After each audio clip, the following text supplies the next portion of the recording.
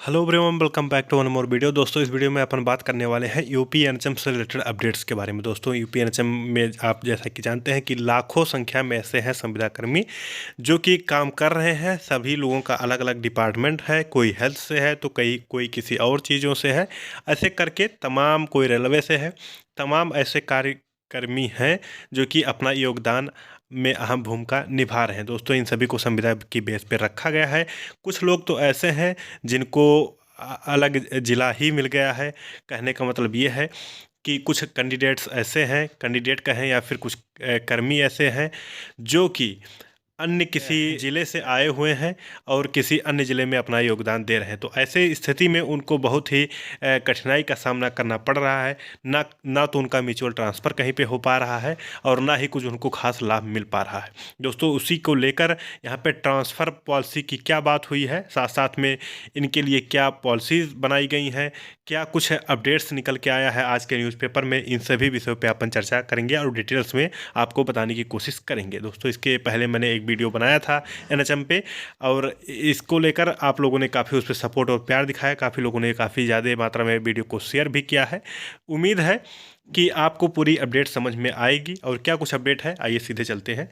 और उससे पहले चैनल पे हमारे पहली बार आए हैं, चैनल को सब्सक्राइब करके बेल आइकन को जरूर प्रेस कर लें, क्योंकि आप जानते हैं कि नर्सिंग से रिलेटेड सारी जानकारी आपको हमारे चैनल पे मिलती रहती है समय समय पे। साथ साथ में संविदा कर्मियों का जो भी अपडेट्स आता है, जो भी अपडेट्स रहता है, उनके लिए यहाँ पे चीज़ें रहेंगी, उसका अपडेट आपको हमारे चैनल के माध्यम से दिया जाता है। तो आइए वीडियो को शुरू कर लेते हैं। दोस्तों, जैसा कि देख पा रहे होंगे कि ये जो है अमर उजाला के पेपर में और अपडेट्स निकल के आई हैं और हेडलाइंस भी आप देख पा रहे होंगे। एनएचएम कर्मचारियों को जल्द मिलेगा बीमा पॉलिसी का लाभ। इसके अंतर्गत तमाम और चीज़ें रखी गई हैं और बताई गई हैं, उसके बारे में भी हम देख लेते हैं। तो इसको हम थोड़ा जूम करेंगे और यहाँ से हम शुरुआत से करते हैं। जैसा कि आप देख कि लखनऊ राष्ट्रीय स्वास्थ्य मिशन संविदा कर्मचारी संघ और मिशन निदेशक डॉक्टर पिंकी जोयल की बैठक में आश्वासन मिला कि जल्द ही कर्मचारी को बीमा पॉलिसी जारी कर दी जाएगी। संघ के अध्यक्ष मयंक ठाकुर ने बताया कि बातचीत के दौरान कर्मचारियों के लिए बीमा पॉलिसी को लागू करने की मांग की गई है। इस तरह मिशन निदेशक ने आश्वासन दिया है कि इसे जल्द ही लागू कर दिया जाएगा। इसमें किसी तरह से कर्मचारियों की मृत्यु होने पर बीमा का कवरेज मिलेगा। यहाँ पे जैसा कि आपको समझ में आ ही चुका होगा कि बीमा पॉलिसी का भी यहाँ पे जिक्र हुआ है। जैसा कि जानते हैं कि संविदा कर्मचारियों को बीमा पॉलिसी अभी नहीं मिल रही है। इनकेस उनका आकस्मिक मृत्यु हो जाता है या फिर कोई इंसिडेंस हो जाता है तो उनको कोई भी पॉलिसी नहीं मिलती है। उसके लिए यहाँ पे उन्होंने अपना आश्वासन दिया है कि जल्द ही जारी किया जाएगा एनएचएम कर्मचारियों को या फिर कहें संविदा कर्मचारियों को। आगे क्या है देख लेते हैं। इस तरह ट्रांसफ़र पॉलिसी के संबंध में बताया गया कि मानव संपदा पोर्टल के जरिए अगले सत्र से इसकी भी शुरुआत की जाएगी। मैंने आपको दोस्तों वीडियो शुरुआत होने से पहले ही जिक्र किया कि मानव संपदा पोर्टल की तरफ से इस चीज़ को ट्रांसफ़र पॉलिसी की भी बात हुई है। जैसा कि मैंने आपको बताया कि ट्रांसफ़र पॉलिसी अभी नहीं, या फिर कहें अभी नहीं शुरू किया गया है। और मैंने पहले ही जिक्र किया कि बहुत सारे कर्मचारी ऐसे हैं जो अन्य किसी ज़िले से आए हुए हैं, अन्य किसी ज़िले में अपना योगदान दे रहे हैं।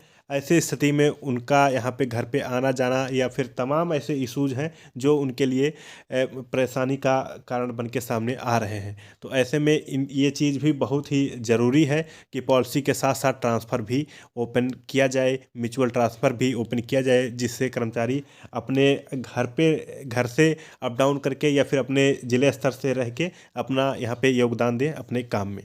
आगे क्या बताया गया है इसके बारे में हम बात कर लेते हैं। डाटा ऑपरेटर के समायोजन पर भी जल्द ही विचार किया जाएगा। फर्रुखाबाद के डाटा ऑपरेटर को कम मानदेय देने की मुद्दा उठा। जैसा कि आपको यहाँ पे बताया गया है कि फर्रुखाबाद के डाटा ऑपरेटर को कम मानदेय दिया जा रहा है, इसका भी मुद्दा सामने आया हुआ है। इस पर तत्काल वहाँ नई एजेंसी का चयन करने और अन्य जिलों की तरह मानदेय देने का निर्देश दिया गया है। इस तरह संविदा कर्मचारी के लिए आयुष्मान कार्ड की सुविधा, इस तरह संविदा कर्मचारी के लिए आयुष्मान कार्ड की सुविधा, ईपीएफ व वार्षिक वेतन वृद्धि 10% करने की मुद्दे पर भी बातचीत हुई। आयुष्मान कार्ड में जो भी एक लाभ मिलता है उसका लाभ दिया जाए इनको। ईपीएफ भी इसमें जो है वो लागू किया जाए। साथ साथ में 10% की वृद्धि के बारे में भी यहाँ पे बातचीत हुई है, यानी कि सैलरी में इंक्रीज़ यहाँ पे इनकी की जाए, सैलरी में वृद्धि की भी यहाँ पे बातचीत हुई है। तो देख सकते हैं यहाँ पे तमाम मुद्दे ऐसे हैं जिन पे बात हुई। पहला पहला आपको मैं बता दूं कि इनकी तरफ से बीमा पॉलिसी दिया जाए, इस पे भी बात हुई। साथ साथ में ट्रांसफ़र को लेकर भी बात हुई। फिर उसके बाद में जो नए चयन कह सकते हैं कि जो नई एजेंसी चयन की जाएगी उसकी भी बात हुई कि वहाँ पे मानदेय कम दिया जा रहा है, इसकी भी बात हुई। साथ साथ में आयुष्मान कार्ड, साथ में ईपीएफ और वार्षिक आय में वृद्धि की भी यहाँ पे जिक्र हुई या फिर बातचीत हुई। 10% की वृद्धि की जाए, इस पर भी यहाँ पे देख सकते हैं कि चर्चा की गई। बैठक में आदित्य भारती, आरपी सिंह, अस्मिता सिंह, शिशिर श्रीवास्तव, रविंद्र शुक्ला, संजीव मौर्य आदि मौजूद रहे। यहाँ पे देख सकते हैं इतने ऐसे लोग थे जो कि बैठक में मौजूद थे, जो कि और इनके इन्हीं सब विषयों पे इसमें चर्चाएं भी की गई।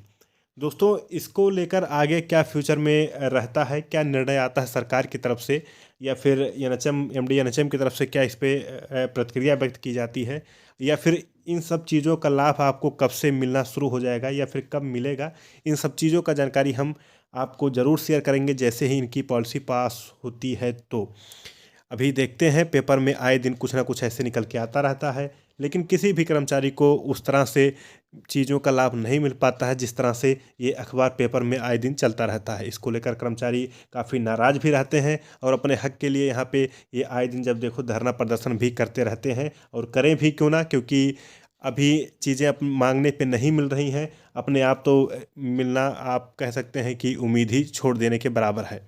ऐसे स्थिति में जिन लोगों का यहाँ पे ट्रांसफ़र वाला भी संविदा पे जितने भी कर्मचारी हैं, सबसे बड़ा मुद्दा रहा है कि ट्रांसफ़र उनका किया जाए, उनके गृह जनपद पे उनकी तैनाती की जाए, जिससे वो सुचारू रूप से अपना योगदान कार्य क्षेत्र में दिया जाए या फिर अपना दे सकें।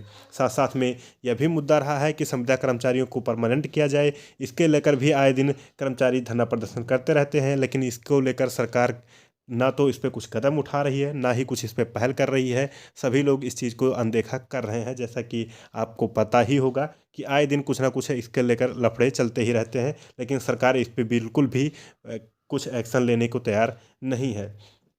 सैलरी को लेकर भी काफ़ी आए दिन चर्चाओं में रहा है कि संविदा कर्मियों को भी परमानेंट के समतुल्य वेतन की जाए, समान वेतन किया जाए, लेकिन उसको भी लेकर सरकार अभी मुँह फेर रखी है। उसको लेकर भी इन्होंने कुछ अभी इस पे खास कुछ बातचीत नहीं किया है और ना ही इनके लिए कुछ संभावनाएं मिली हुई हैं। तो आए दिन कुछ ना कुछ लफड़ा रह ही रहा है। अभी हक के लिए सब अपना लड़ाई लड़ रहे हैं, लेकिन इनको कुछ तरह से कुछ खास यहाँ पे बेनिफिट नहीं मिल रहा है।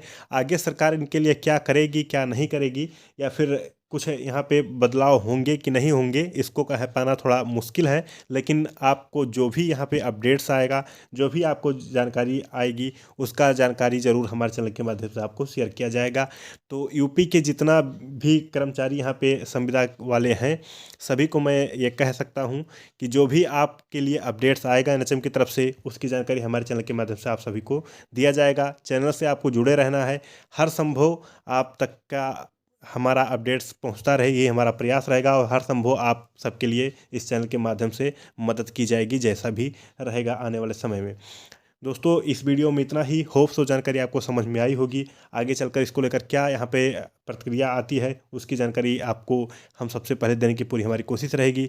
अभी के लिए इतना ही, तब तक के लिए अपना ख्याल रखें और अपनों का ख्याल रखें। जय हिंद, जय भारत।